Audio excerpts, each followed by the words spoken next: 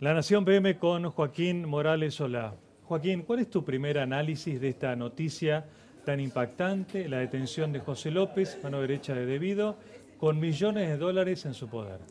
Creo que es la imagen, más allá del escándalo, creo que no hubo, no recuerdo un escándalo de corrupción tan grande como este, más allá de los montos estimados por la policía de Buenos Aires son 8 millones y medio de dólares, más unos pocos euros, no hay mucho, eh, pero sí otras monedas y muchos relojes que no están valuados, así que se Claro. podría llegar a más de 9 millones de dólares.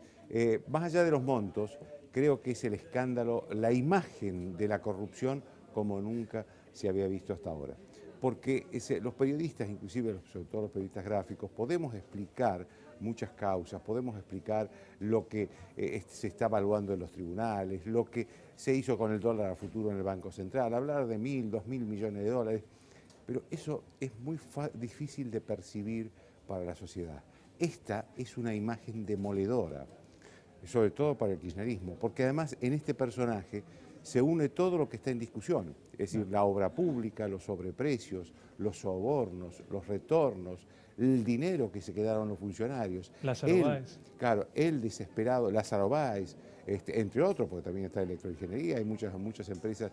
De hecho, un juez el fiscal Delgado pidió que interviniera el juez Ercolini, y Ercolini tiene un caso de enriquecimiento ilícito denunciado por Elisa Carrió hace ya 8 años, donde no solo habla de López, sino también del otro López, de Cristóbal López, de Lázaro Báez, de las empresas, de un montón de empresas que no están tan conocidas, Gotti, por ejemplo, que no es tan conocida como la de Austral.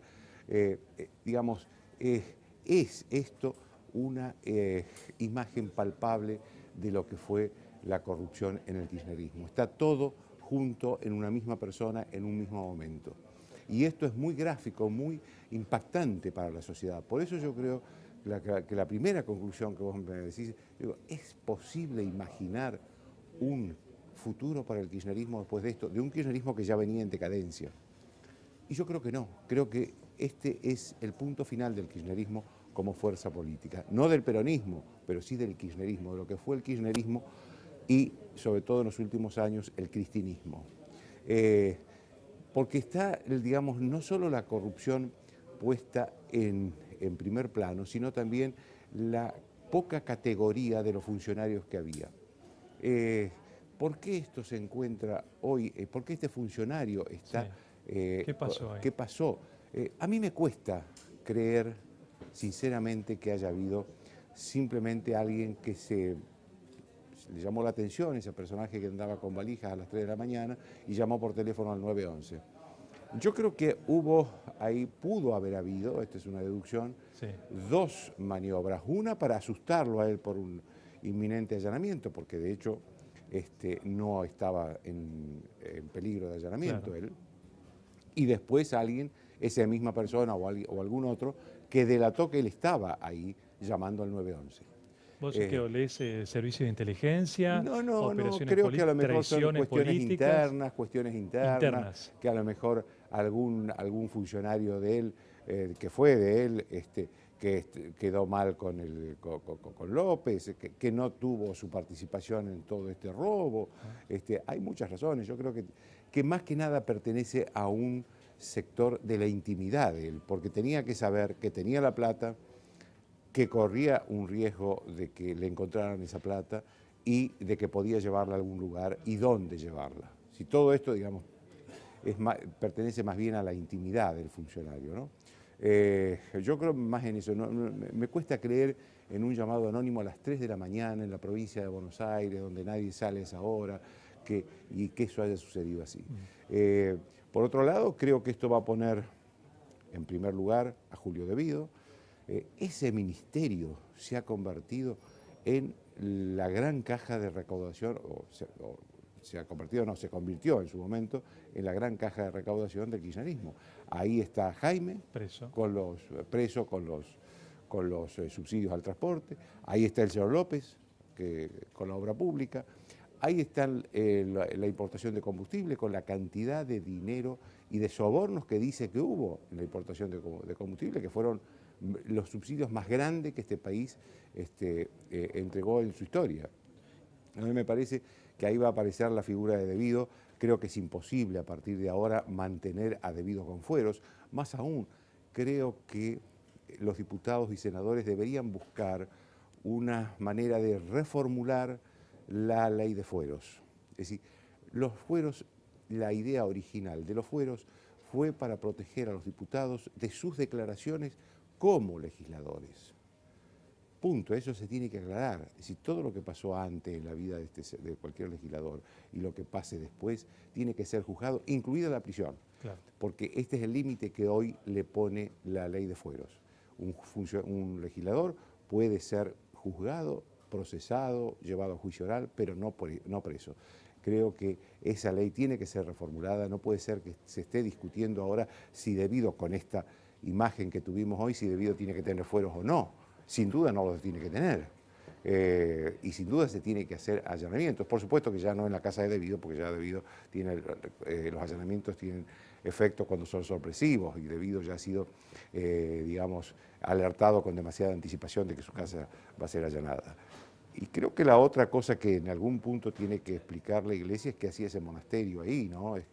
Si bien es un monasterio casi deshabitado, con 2 monjitas muy ancianas, más de 90 años, pero ¿qué hacía ahí? ¿Qué hacía ahí?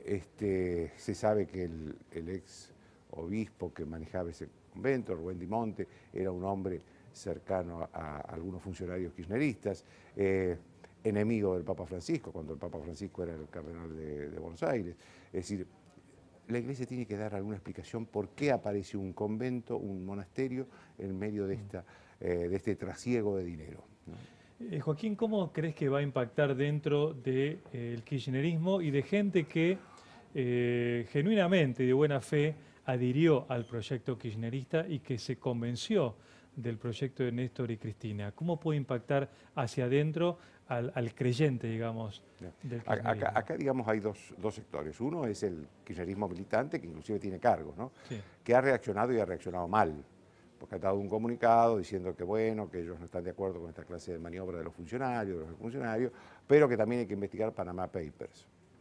Con lo cual mezcla una cosa con la otra, porque digamos, es como en la época de Menem, cuando ya a Menem lo sobrepasaban las pruebas de corrupción, dijeron, bueno, todos somos corruptos, y esta no es la respuesta lógica.